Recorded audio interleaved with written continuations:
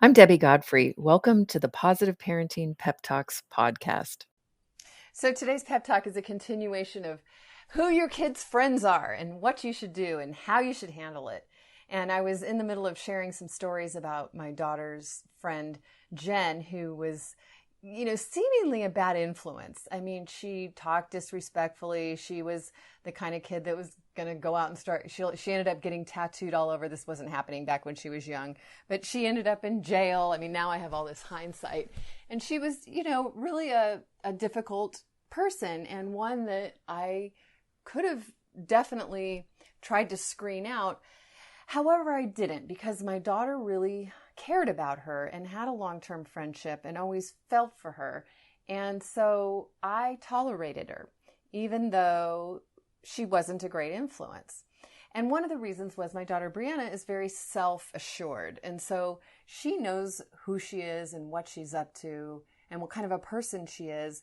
And some of the things that Jen did that were poor choices to make, things that she would get into or things that she would say or people that she would hang out with, those types of things just wouldn't tempt my daughter Brianna. And I knew that about her. So I was comfortable with the decision I was making, but I did have to spend a lot of time redirecting the behavior. So one instance, Jen had come over for a sleepover.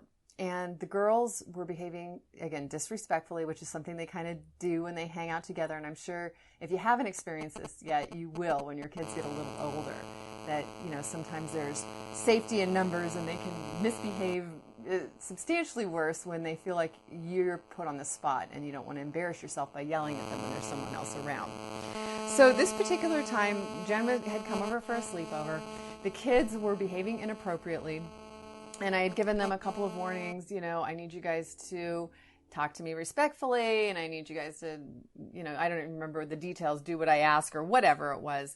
And they continued their behavior. And finally I got fed up and I said, okay, Bri, you go, I want you to have Jen call her mom and tell her I'm bringing her home, because I'm not going to keep doing this. This isn't going to work. And so Brianna went to tell Jen that she needed to call her mom and I was going to take her home. And my daughter was fine with that because she knows that, I'm very flexible, but when my limits reach, that's it. And when she told Jen this, Jen burst out into tears crying and she got really emotional.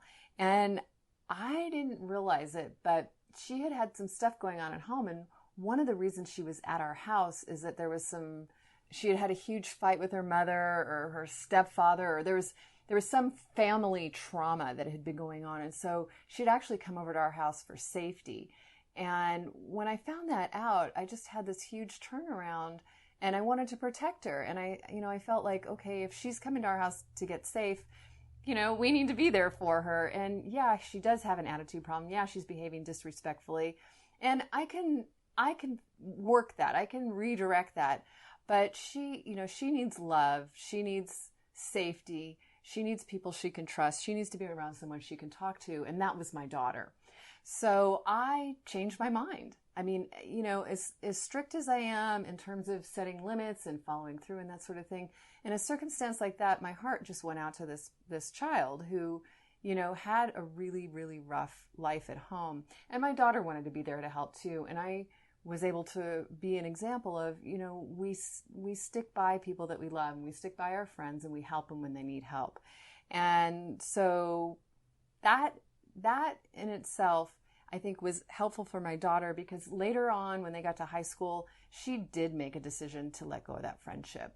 That when Jen decided to start getting into drugs and hanging out with boys that were not appropriate, my daughter just wasn't going to tolerate that anymore. And they went their own separate ways.